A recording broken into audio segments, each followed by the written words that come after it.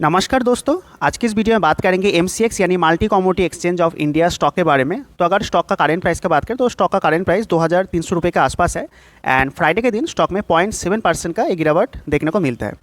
तो मार्केट खुलते ही स्टॉक में गैप अप होता है, करीब 2% का आसपास गैप अप होता है एंड ऊपर से रिजेक्शन मिलता है, फिर से अटेम्प्ट करता है, फिर से रिजेक्शन मिलता है, फिर से अटेम्प्ट करता है, फिर से रिजेक्शन मिलता है, फिर से अटेम्प्ट करता है एंड फाइनली स्टॉक में एक बड़ा गिरावट देखने को मिलता है। एंड ये जो ऊपर का लेवल है, ये लेवल है 2350 का लेवल। तो ये लेवल इंट्राडे में स्टॉक के लिए एक रेसिस्टेंस का काम किया एंड स्टॉक का जो एवरेज क्लोजिंग हुआ वो 2300 रुपये का आसपास हुआ। एंड अगर स्टॉक का रिसेंट परफॉर्मेंस का बात करें तो यहाँ पर आप देख सकते हो कि लास्ट 5 दिन में स्टॉक में 6% का गिरावट हुआ एंड अगर लास्ट एक महीने का बात करें तो एक महीने में स्टॉक में 4% का एक पॉजिटिव रिटर्न दिया। एंड इस वीडियो में क्या करेंगे कि फ्राइडे को कंपनी ने Q3 का रिजल्ट पेश किया। रिजल्ट बहुत ही बढ़िया आया। तो इस बढ़िया रिजल्ट के पीछे क्या कारण है, क्या रीज़न है, उसको हम जानेंगे एंड देन फंडामेंटली स्टॉक कैसा है, टेक्निकली कैसा है, उसके बारे में थोड़ा सा जानेंगे। तो चलिए वीडियो को स्टार्ट करते हैं। तो फ्राइडे को कंपनी ने अपना जो Q3 का रिजल्ट वो पेश किया।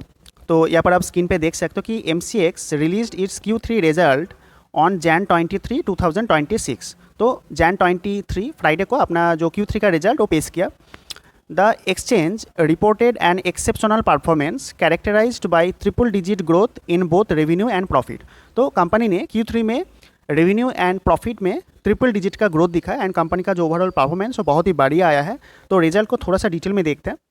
तो यहाँ पे नीचे आप देख सकते हैं कि कंपनी का जो Q3 का जो नेट प्रॉफिट में 151% का जाम देखने को मिला लास्ट ईयर का सेम क्वार्टर से अगर कंपैरिजन करें। एंड ओवरऑल जो नेट प्रॉफिट आया है वो आया है 401 करोड़। इसके बाद अगर रेवेन्यू का बात करें तो यहाँ पर आप देख सकते हैं रेवेन्यू में 121% का जाम देखने को मिला compare to last year and total जो रेवेन्यू आया है 666 करोड़। तो इसमें हमें एक जाम देखने को मिला। एंड अगर ओवर मार्जिन का बात करें तो कंपनी का जो ओवरऑल प्रॉफिट मार्जिन है उसमें 75% के आसपास जाम देखने को मिला। तो ओवरऑल कंपनी का जो रिजल्ट आया है बहुत ही बढ़िया आया है एंड इसके पीछे क्या रीज़न है उसको हम एक एक करके जानेंगे। तो यहाँ पे नीचे रीज़न देख सकते हो। पहला जो रीज़न है हायर ट्रेडिंग। तो पहले मैं आपको बता दूं कि कंपनी काम क्या करता है तो आपको समझने में इजी होगा। तो कंपनी बेसिकली क्या काम करता है कि जैसे हम स्टॉक मार्केट में ट्रेड करते हैं स्टॉक्स पे एंड वो जो ट्रेडिंग होता है वो दोनों एक्सचेंज पे होता है। पहला है NSE एंड दूसरा है BSE। तो जो एक्सचेंज पे हम ट्रेड करते हैं, बाइंग करते हैं, सेलिंग करते हैं, तो हम एक्सचेंज को एक ट्रांजैक्शन फीस देते हैं। वैसे ही MCX एक कमोडिटी मार्केट का प्लेटफॉर्म है, डिजिटल प्लेटफॉर्म है। तो हम जैसे कमोडिटी में ट्रेड करते हैं like gold, silver, crude oil, natural gas, copper, aluminium. तो ट्रेड करने में अगर हम बाई करते हैं, सेल करते हैं तो हम MCX को एक ट्रांजैक्शन फीस देते हैं। तो MCX वैसे ही काम करता है एंड इससे कंपनी का जो रेवेन्यू वो जनरेट होता है। तो ये MCX का काम है। तो पहला जो पॉइंट है यहाँ पर आप देख सकते हैं हायर ट्रेडिंग। तो पहले जो कंपनी का जो वॉल्यूम होता है उससे अभी का कंपनी का जो डेली वॉल्यूम जनरेट होता है वो ट्रिपल हो गया है। यहाँ पर आप देख सकते हो कि the average daily trading volume tripled to over 7.5 lakh crore. तो पहला जो कंपनी का वॉल्यूम आता था उससे 3 गुना हो गया अभी कमोडिटी का वॉल्यूम एंड वो जो वॉल्यूम आया है डेली जो एवरेज वॉल्यूम आया है 7.5 लाख करोड़। तो वॉल्यूम 3 गुना हो गया। तो एक पहला रीज़न है। सेकेंड जो पॉइंट है गोल्ड एंड सिल्वर लीडिंग। तो कमोडिटी में जो लीड करता है उसमें आता है पहला गोल्ड, दूसरा सिल्वर। तो अबाउट 69%, तो मोटा मोटा आप 70% पकड़ सकते हो। 70% of trading activity came from Boolean, जिसको हम गोल्ड एंड सिल्वर बोलते हैं। गोल्ड सिल्वर सेगमेंट से टोटल 70% का डेली ट्रेडिंग वॉल्यूम जनरेट होता है एंड बाकी 30% से जो आता है like natural gas, crude oil, copper, उससे 30% ट्रेडिंग वॉल्यूम जनरेट होता है। तीसरा जो पॉइंट है वो है न्यू प्रोडक्ट्स। तो कंपनी ने रिसेंटली लॉन्च किया, यहाँ पर आप देख सकते हो कि गोल्ड मिनी। तो पहले गोल्ड में ट्रेड करने के लिए बहुत ज़्यादा पैसा लगता था। तो कंपनी ने क्या करा जी कि गोल्ड मिनी लॉन्च किया। इससे क्या होता है कि 13x का मार्जिन मिलता है गोल्ड मिनी में ट्रेड करने के लिए एंड जो रुपीज़ में लगता है करीब 85,000 रुपीज़ लगता है एंड पहले वो बहुत ज़्यादा लगता था। तो इससे क्या होगा कि जो रिटेल ट्रेडर वो अट्रैक्ट होता है एंड और भी ज़्यादा ट्रेड करता है एंड कंपनी का जो और भी ज़्यादा ट्रेडिंग वॉल्यूम जनरेट होता है एंड और भी ज़्यादा ट्रांजैक्शन फीस जनरेट होता है। इससे कंपनी का जो ओवरऑल कंपनी को फ़ायदा होता है। तो यही था 3 रीज़न जिसके कारण कंपनी का जो Q3 का जो रिजल्ट और भी बूस्ट हुआ।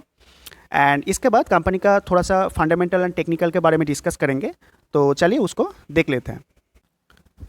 एंड अगर फंडामेंटल का बात करें तो यहाँ पे आप स्क्रीन पे देख सकते हो कंपनी का जो मार्केट कैप है वो 58,000 करोड़ प्लस है, यानी एक मिड कैप कंपनी है। एंड अगर इसका 52 वीक हाई लो का बात करें तो यहाँ पे देख सकते हो कि इसका जो 52 वीक हाई है वो 2,500 रुपये के आसपास है एंड 52 वीक लो है 900 रुपये के आसपास। एंड अगर स्टॉक का पी का बात करें तो स्टॉक का जो पी है वो है 62। एंड अगर इसका इंडस्ट्री पी का बात करें तो यहाँ पे आप नीचे देख सकते इसका जो इंडस्ट्री पी है वो 60, यानी इंडस्ट्री पी 60 एंड स्टॉक का पी है 62। तो इसका हम बोल सकते हैं कि इसका जो वैल्यूएशन है वो फेयर है। एंड अगर इसका पीजी रेशियो देखोगे तो पीजी रेशियो 1+ है, तो पीजी रेशियो इंडिकेट करता है स्टॉक का वैल्यूएशन थोड़ा सा महंगा है, पर अगर इंडस्ट्री पी से कंपेरिजन करें तो स्टॉक का वैल्यूएशन ठीक ठाक है। एंड अगर ROC एंड ROE का बात करें तो यहाँ पे आप देख सकते हो कि इसका जो ROC एंड ROE 42% एंड 34%, तो ROC एंड ROE फैंटास्टिक है। एंड अगर इसका डेप्ट का बात करें तो वैसे कुछ डेप्ट है नहीं एंड डेप्ट टू इक्विटी रेशियो एकदम ठीक ठाक है। एंड पित्रोस की स्कोर का बात करें तो पित्रोस की स्कोर 9 है, तो ये भी सुपर्ब है। एंड प्रोमोटर का कोई होल्डिंग नहीं है। कंपनी के पास एक अच्छा खासा रिजर्व भी देखने को मिला, 2000 करोड़ प्लस इसका कंपनी के पास रिजर्व भी है। एंड कोई होल्डिंग का प्रोमोटर का होल्डिंग कोई प्लेज प्रोमोटर होल्डिंग ही नहीं है एंड प्लेज को तो बात ही नहीं है। एंड अगर इसका ईयरली प्रॉफिट लॉस स्टेटमेंट का बात करें, यहाँ पे आप देख सकते हो कि कंपनी का जो नेट प्रॉफिट का अगर बात करें ईयरली नेट प्रॉफिट का, तो पहले था 146 crore, then 236 crore, then 225 crore, then 143 crore, then 149 crore, then 83 crore. यहाँ पे एक ड्रॉप देखने को मिला इस साल। एंड देन आप देख सकते हो कि सीधा जंप हमें देखने को मिला 560 करोड़, देन 937 करोड़। तो नेट प्रॉफिट में एक सीधा जंप हमें लास्ट 2-3 सालों में देखने को मिला।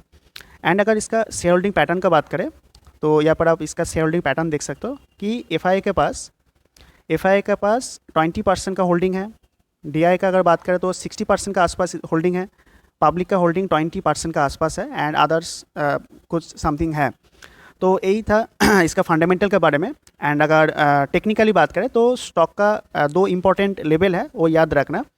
तो पहला जो लेवल है 2100 का लेवल, 2100 का लेवल याद रखना। ये इस 2100 लेवल पे 50 MA का सपोर्ट है। एंड आई थिंक अभी करंट प्राइस से स्टॉक 8 to 10% का गिरावट हो सकता है एंड 2100 का लेवल तक स्टॉक आ सकता है। एंड अगर आया तो स्टॉक के लिए हेल्दी होगा। 2100 का लेवल के आसपास 50 MA का सपोर्ट है, प्लस चार्ट पे सपोर्ट भी है।